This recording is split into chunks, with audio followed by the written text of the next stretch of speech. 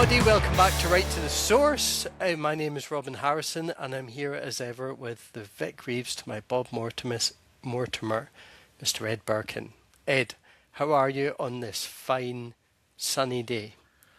I am well, thank you, Robin. Bob Mortimer was the best. He's just brilliant, isn't he? Oh, he's great, isn't he? Vic Reeves is really good too, and like Vic Reeves was the famous one at first.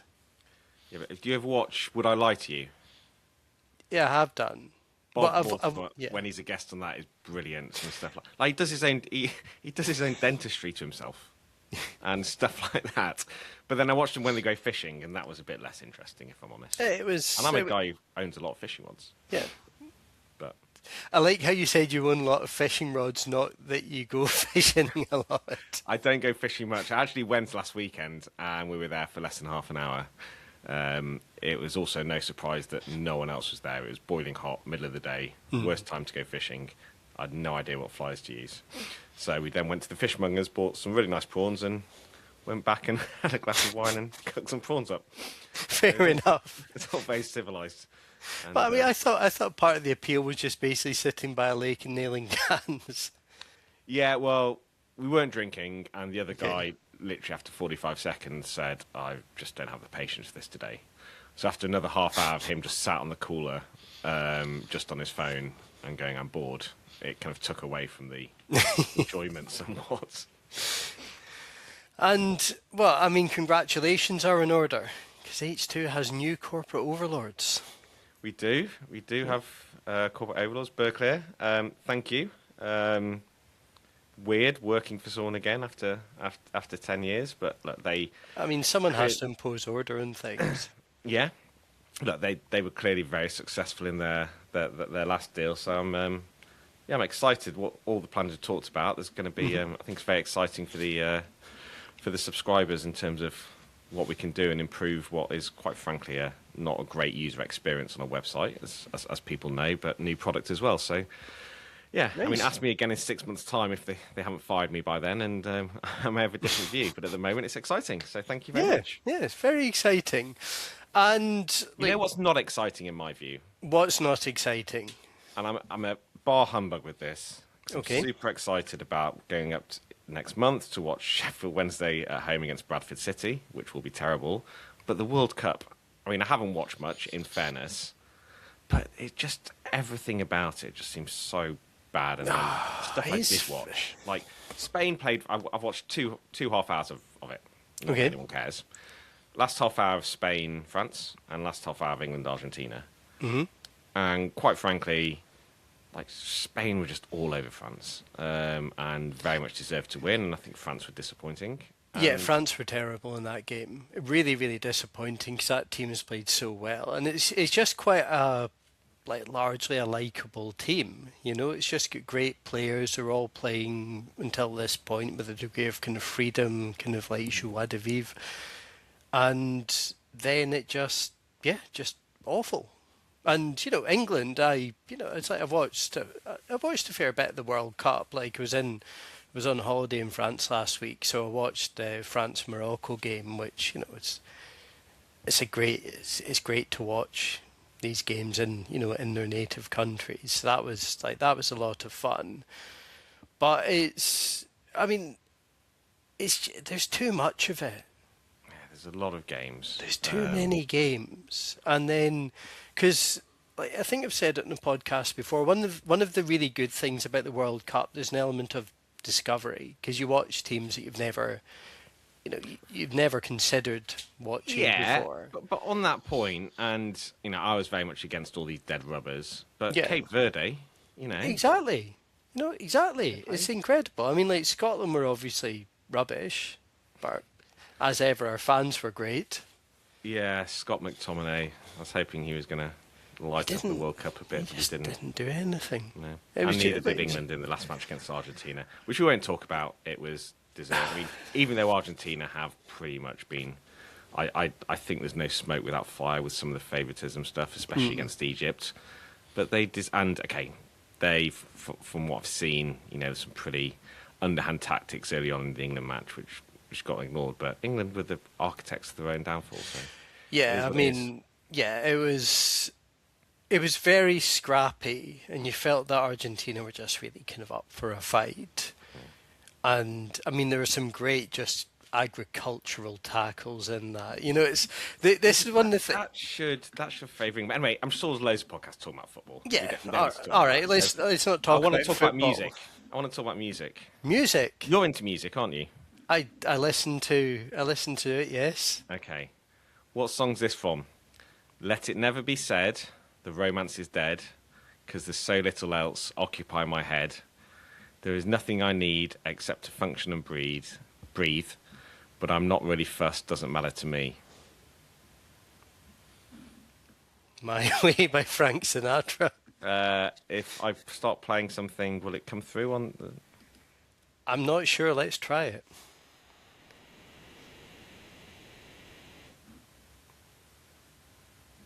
I mean, Can you I'm hear hearing. No, I Oh. can't. Okay. But I'm not really fussed, doesn't matter to me. Ruby, Ruby, Ruby, Ruby. Oh, that's the Kaiser Chiefs. Yeah, I mean this link is falling flat on its face. But why did I choose that song? Um, I mean, something to do with rubies. Yeah. You've got Ruby. Ruby is the 40-year wedding anniversary thing, Okay. and this is our... Oh, I see what you're going for. Yes. Okay. 40th episode. Okay, God, that was a painful link. Hey, Okay. that was agonizing. Bloody hell. I mean, If anyone thought that this was staged, they can see right there that we have Yeah. no collaboration prior to going on air. no, it's everything we discuss is literally agreed in about 20 seconds before we actually hit record. So, yes, it is our 40th episode, which is astounding, really. Some would say 39 too many, but we're going to prove them wrong, so I'm going to revert back to the World Cup and give you a quick statistic. Do you know that World Cup handle in Montana is up 541%? So not World Cup, soccer handle is up 541% year on year, which isn't really a great statistic because no one was betting on soccer last year. No. But a new one. Right. Between Jan and May, New York handle, mobile sports wagering handle, what do you think the year on year growth was? Between January and May, Yeah. Average. relatively. Jan to May this year versus Jan to May last year. Just trying to think. New York T. Actually, with the Knicks, that's going to give it a decent dunt. When did baseball? Well, I mean, obviously, no New York teams doing anything in the NFL. And May, when did MLB started around kind of April, May? I mean, Yankees- you're Yankees going to get it are- wrong, so just give a number. Let's put people out of their misery. Up? Flattish, down 1%. Right. Now, during the World Cup, Mm-hmm. up 48% year on year. So it's against a quiet period, but there's been Yeah. a lot of traction, okay? That's Yeah. what I'm saying. Prediction markets, they are smashing it, though. Now, most people know my views on prediction markets. They're taking probably mid-single digit, low to mid-single digit away from the operators. Handle is different to volume. They're doing most of their stuff in markets where there's no competition. Texas, California are a huge amount of their revenues. Yeah. But in terms of, if we look at what they were trending before, our estimate of prediction market handle equivalent versus US regulated handle, across the whole of US is around 14% prediction market. Now, that Okay. drops to about 5% when looking at the states with legal sportsbooks. Right. That's doubled to 27% and 10, 11% respectively. So, they are, I think they're getting more casual customer and they're definitely taking a lot of share in the World Cup. But put it into context, Kalshi is everywhere. Okay, Yeah. all the hoardings, Yeah. I was speaking to someone in the US last night, and he said he's watched quite a lot of football and he's not seen a single ad for sportsbooks. So they're not advertising at all. And that makes sense because if you're a sportsbook, why are you wasting ad money on trying to get soccer fans Yeah. when next month you're going to start, really powering ahead of the new NFL season, which is worth so much more. So I know It that the makes VC-funded prediction markets, have the funds to do this, but in a way, let's not get carried away. It's no Yeah. surprise that if you've got Kalshi, quite frankly, sponsoring the World Cup, and you've got sports books who are just keeping their powder dry because they'd be stupid to be really spending it now, you're going to see this spike. But it is doubling. It's their share is. Well, I suppose it's whether these customers actually stick around after this, this kind of I feel weird calling it soccer, soccer-driven spike. It's because of all our US listeners. Well, yeah, Yeah, but and part of the global audience. yeah. Yeah, Right. yeah, Let's talk about something else. Do you want to know what else is happening in the world right now? Well, I mean, lots. I'll be more specific. Yeah. In the UK. In the UK, the evolution. Well, I was thinking more we're Right. getting a new prime minister again. We are. And I don't know. How many is that? 7 in 10 years? Yeah. Yeah. And And we've got a by-election involving a Ben. yeah. We do. I forgot that. Yes.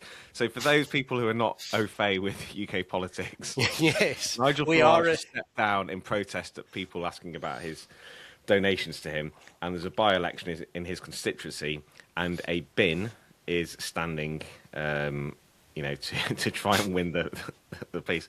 How many? Isn't this his like fifth election? The bin's gone. I think so, because he started out as Lord Buckethead, which was actually a character for something else. So then he created Count Binface. So just to clarify, it is a real person, but he just goes around with a bin over his head. Yeah, I mean, I think it is quite. I'm quite enjoying a lot of people suggesting that a vote against the bin, as in the man with the bin in his head, is a vote against the establishment because the bin, or the man with the bin in his head, is considered by these people the establishment candidate. What Count Binface is the Yes. So Lawrence Fox, establishment. of the Fox acting dynasty, Yeah. he feels that the man from the like the Fox family, like Dave the Jackal, loads of stuff, stage, screen, all Megan that. Fox? No, she's a different Fox, Oh, as far as I know. Yeah. Okay. Yeah, she's a different. We won't go down that route, but yes. All right, all right, Transform. yeah. It's not 2003. We're not going to talk like that. Yeah. So the Fox acting dynasty. He feels that the man with the bin in his head is part of the establishment. Now, I don't want to get into politics, but he's a man with a bin in his head. Yeah. Yeah, I mean, one of the things actually, I think there's kind of an interesting thing to kind of raise here. I mean, like Andy Burnham who is going to be our new political overlord. Our new unelected prime minister. Half of them were unelected. I don't Yeah. think. They have been recently. Yeah, I don't think Liz Truss was elected. No. Uh, Look how that worked out. Yeah, that went well. She was. I saw she was speaking to a room of 4 yesterday at some sort of conference. Yeah. So What's his view? I know he hasn't talked massively about it, but He's it's the not general, talked massively. as the journalist. I know you say you're not a journalist now. You're I'm not a you're journalist. middle management, but actually, maybe you're scraping your ways up to the higher echelons of management. But anyway, your journalistic about that. background, or your team of journalists. What's their view on the Burnham's kind of policy towards this? Because my very limited understanding is he's, if anything, edging more negative and looking at increased taxes around properties and stuff like that. yeah, it's kind of skewing a bit more negative. What I think is potentially interesting is the fact that he's talked about, kind of like devolving more power, like rather than having everything, in the Westminster bubble. And obviously that's going to be more kind of at a low, that's going to be probably more kind of hitting the brick and mortar establishments, but it could depending on how far they go in, for example, gambling regulation, like think about kind of like duties, kind of additional taxes, potential restrictions, that could have an impact. I think given how much money he wants to spend and what taxes they can't raise, he said they've got the rules they're keeping, so no increase in VAT, income tax, or employee national insurance. They've already increased employer national insurance. The capital gains tax will go up and other stuff. I just see fob teas as a very easy target for them, and I think it's another. I think the industry should be concerned, at least the traditional book is, as they're dealing with the increases in online. But yeah. Anyway, you talked about evolution. Yes. Should we talk about evolution? Well, there's a few things in evolution. Evolution. All right. Do you want to start with Do you want to stay in the UK? Sure. Okay. Where did the first bit of evolution occur? Actually, was it in Africa somewhere, where the fish came out of the water. Is that how evolution worked? Anyway, it doesn't matter. Yeah. Well, I mean, I think the amoeba will have turned into something that will have turned into a fish, and then. So, I mean, the first thing happened in the water, but when it kind of came on land, I mean, I don't know. It's like record keeping from that time was, relatively, kind of sketchy. So I don't think we've got an exact idea of when that happened. Well, earliest primates in North America and Europe, actually. Well, I mean, that's primates. I mean, we had dinosaurs before. Yeah, I know. Yeah, also. Oh, that guy from Jurassic Park died. Yeah, R.I.P. Sam Neill. Yeah. I love Jurassic Park. Phenomenal film. So they were in. All of the Earth land masses are joined together as a supercontinent. Called Pangea. Yes. Yeah, so it could have. We don't really know where it could have happened. Argentina, some of the earliest forms, in Tanzania and Zimbabwe. So yeah. Okay. Anyway. Yeah. Anyway, so evolution agreed a regulatory settlement of 4.75 million with the Gambling Commission. Four. So when was it started? Because I remember it was just before Christmas. It was one of these stories that come out when you're trying to wind down. It's like, oh God, got to get someone on that. So I think kind of December 2024. And it was basically looking at whether its content was available on illegal websites. And I think it found two operators offering unlicensed operators offering Evolution games across 6 sites.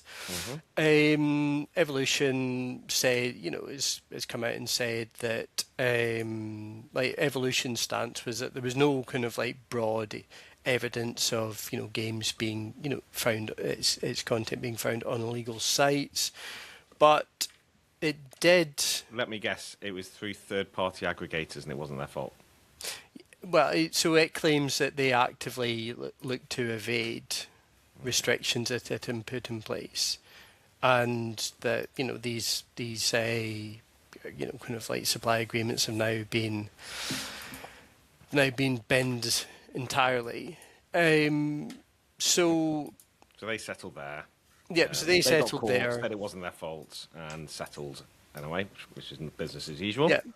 A profit, I think, for Q1 25 was down as a result of kind of ring fencing actions taken. So basically making sure that, in regulated markets, their games are not available through any unlicensed suppliers. And that hit profitability in Q1. So effectively doing what they said they'd always done and should have been doing anyway, of just supplying the legal markets where they operate. I mean, I couldn't possibly comment, but yeah. So Q2 H1's out today. Net revenue down a bit, but interestingly, it seems to have binned off its acquisition of Galaxy Gaming in the US. It was a small deal, Nevada-based company. I have 5 million in my head, but I feel that might be a bit too small, so I'm not sure if that was, exactly it. But the agreed closing period expires today, 17th of July, and then after that they can choose to terminate the agreement. And Evolution said, spent 2 years in this, put in significant time, effort, and resources for the administration, but then it says Galaxy is a great company, but due to its size, transactions not significant. $85 million. 85 million, that was it. So, But small deal, but from this analysis, massive strategic implications. Securing critical IP for its live casino and the 131 licenses Galaxy had worldwide, including 28 states, would provide Evolution with a regulatory fast track and physical footprint in land-based casinos. So, they're saying, it doesn't matter because it's a small acquisition, but actually, if they spent 2 years on it, there's a reason, that they wanted it. So, is there anything, being a wordsmith that you are, is there anything that you kind of read into what they've said that suggests why it may have collapsed at such a late stage? I wouldn't have even say it's a late stage. It's just a deal that's been dragging on for a long time. I mean, look, as part of this process, they will have had to get licensed in Nevada. Nevada is tricky. Like, you think about what happened to what was then known as GVC. They couldn't because of either kind of investigations or former business dealings. They essentially had to get a rolling license rather than, the kind of full long-term approval, which was kind of like periodically reviewed. So that process, it's like reading between the lines. I mean, like, I've not listened to the earnings call, so I'm purely speculating at this time. I would say that those kind of processes are potentially tricky. Yeah, and look, I suppose they've got the Playtech Evolution thing still dragging on, so things can go back to it. And just the end of the kind of like CEO, what would you even call it, CEO comments for the quarter. Commentary. So just an oddly poetic quote. Okay, I mean, I've 10 years in banking. I can't say that many of the CEO's comments in earnings releases would be poetic. They seem to be pretty dull and. Well, I mean, I remember Ralph Topping, when he was William Hill CEO, describing a QR code as like a prison tattoo, which I always quite liked. He always had a good turn of phrase. Yeah, no, he did. So Martin Carlison sums up his commentary saying, "To conclude, the road is almost never straight, but what matters is that we're moving forward. Some curves are harder than others, but they can also be fun. And the same goes for Evolution." And then it, continues the usual thing.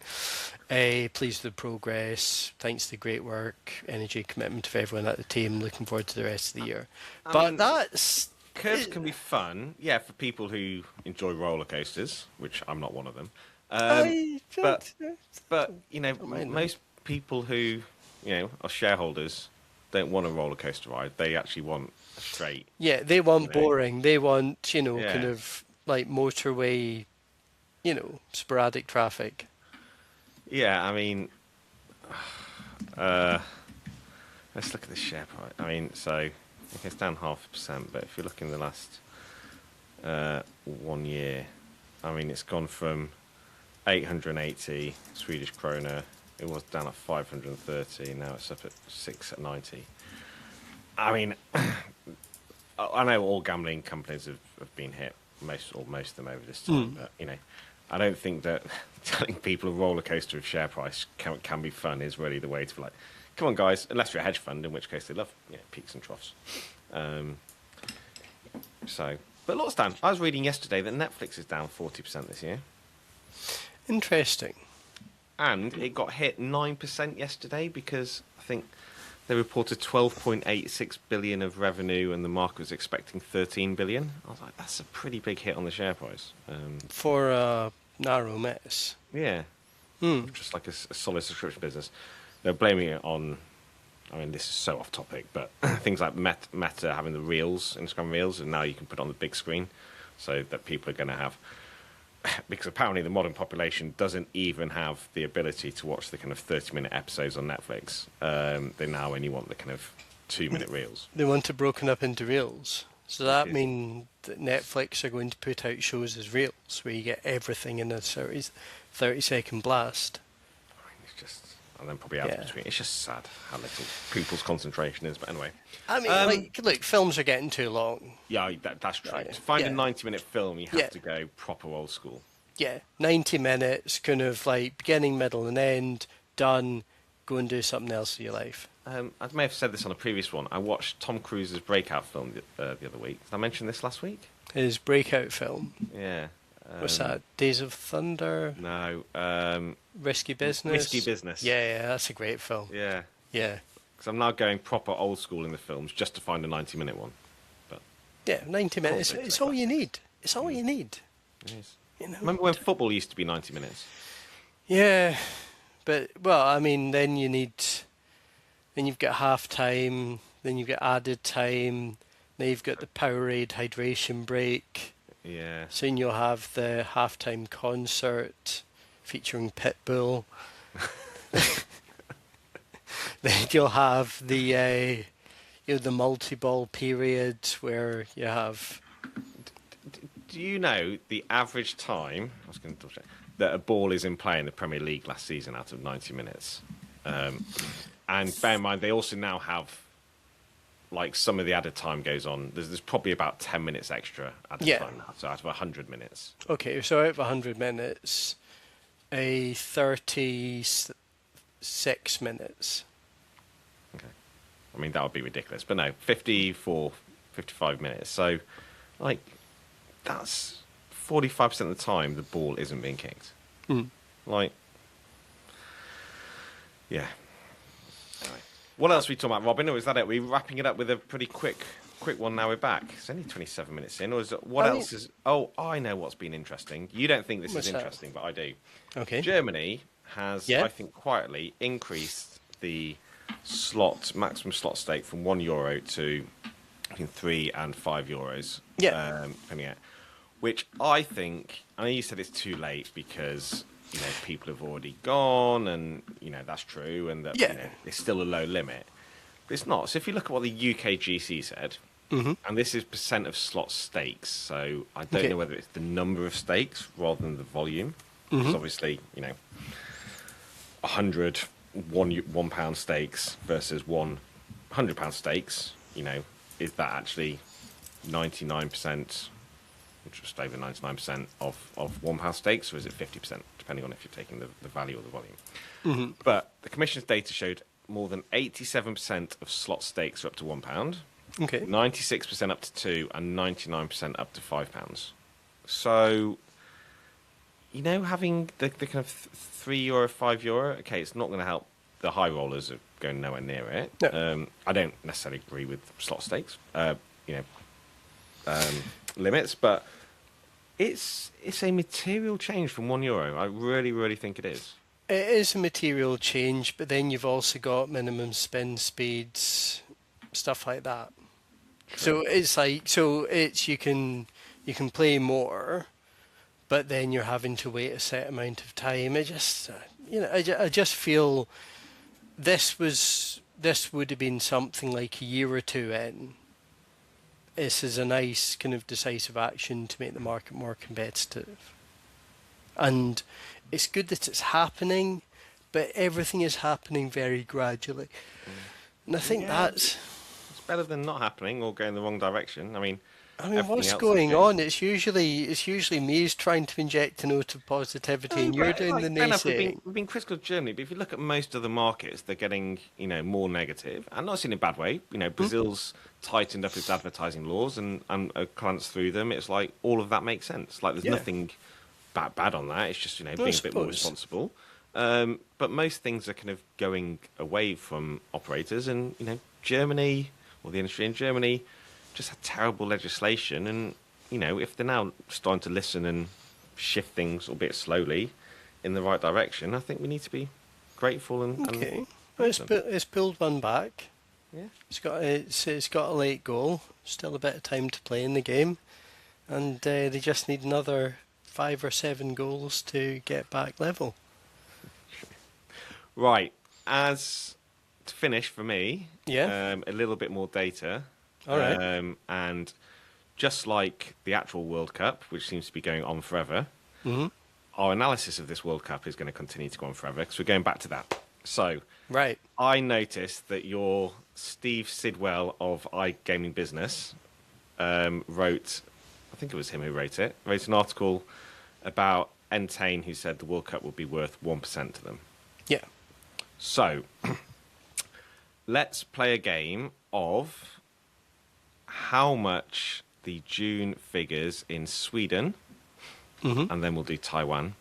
But let's say start with Sweden, have gone up year on year in June.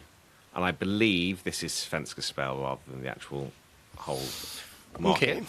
But so there's two figures. One is the betting and casino. How much was okay. Sports betting and casino actually went up 11% year on year in the quarter as a whole. Okay.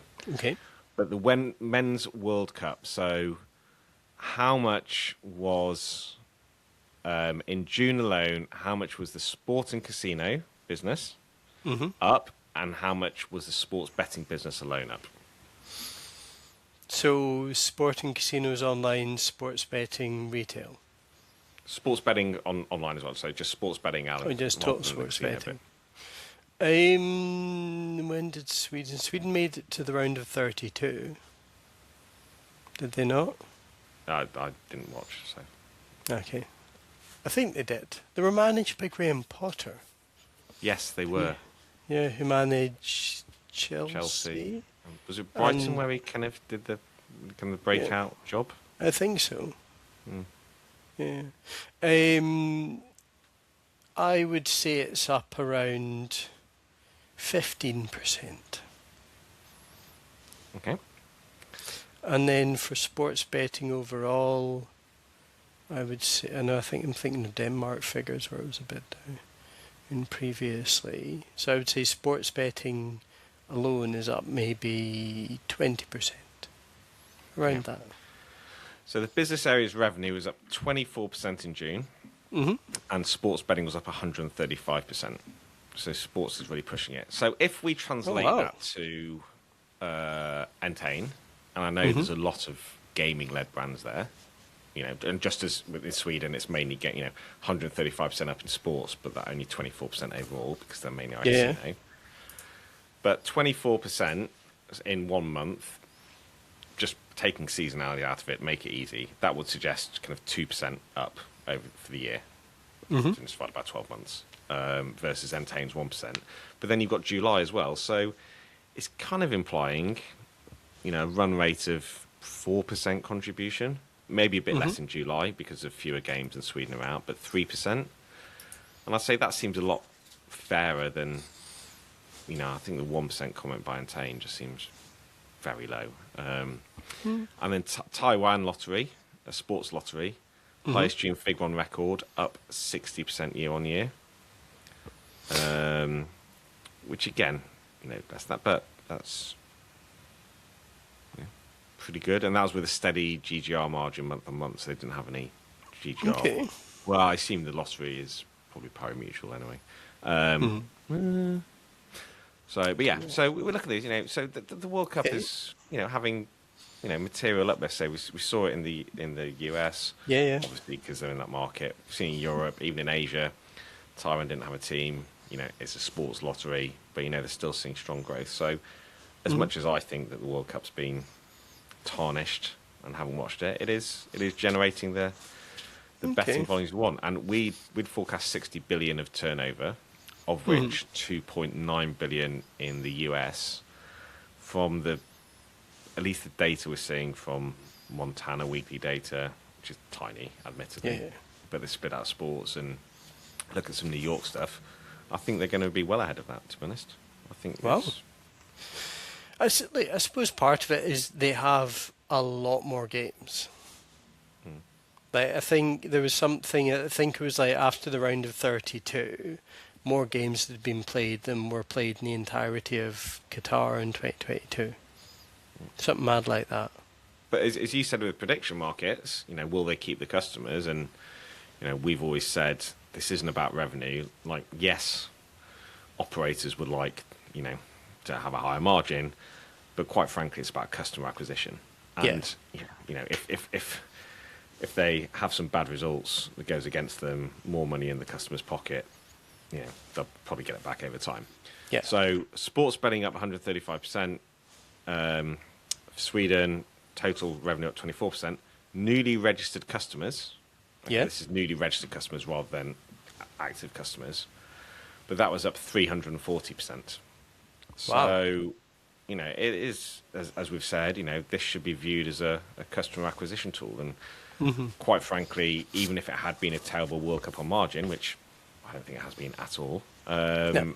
the markets may not like it, but anyone who knows about gambling would go, if you're getting the customers and you're getting the stakes, then who cares about the short term bit if Kane has scored a hat trick or whatever. Well, this Yeah, is it. it's I mean, been I successful. think, yeah, I think Chris, since started in the industry, people have talked about these major sporting events as acquisition drivers rather than kind of revenue boosts. So I think that all makes sense. And we're recording this ahead of the final on Sunday, which is between Spain and Argentina. So, given this definitely won't be out, I can't bring myself to say well done Argentina. So I can record one ending which says well done Spain, fantastically deserved, and you didn't, even make any political statements. That's brilliant. And you can do an ending for if Argentina win. Okay. Yeah, let's do that. All right. Well, I've just done mine. Okay. Well, Argentina, I mean, 2 World Cups, retaining the World Cup. I mean, is there any doubt that Messi is the greatest footballer of all time at this point? Yes.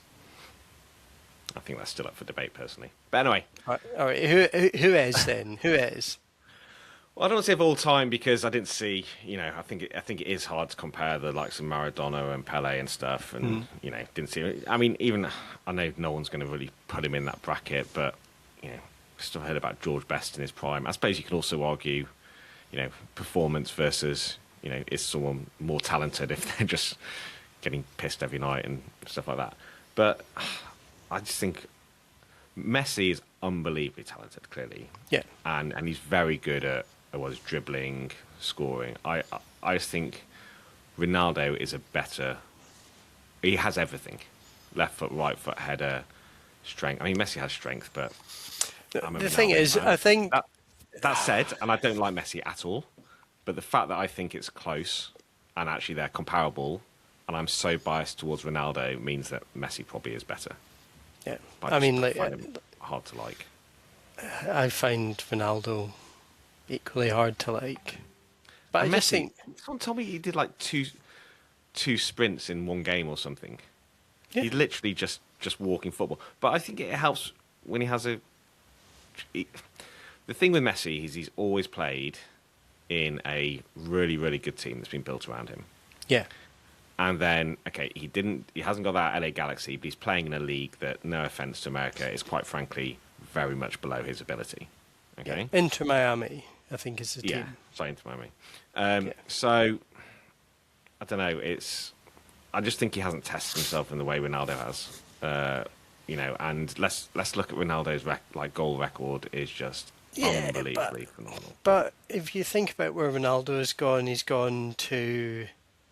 Where's he gone? He's gone to United, he's gone to Real Madrid, he's gone to Juventus, he's gone back to United, and then he's gone to Saudi. Like, he's always been in good teams that are very much built around him.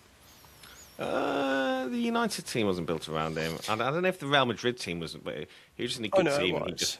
It was. But no, I mean, you're always going to build it around the best players in some Yeah, respect. But yeah, of course. But I think this was sort of the problem with, like, for example, Ronaldo at Juventus. I mean, aside from the fact that he must have been on a frightening amount of money, they were trying to build it around him, but that in itself just takes a whole load of investment because essentially over the years he just got increasingly. It's just he's in the box, and when the moment comes, he will take the moment.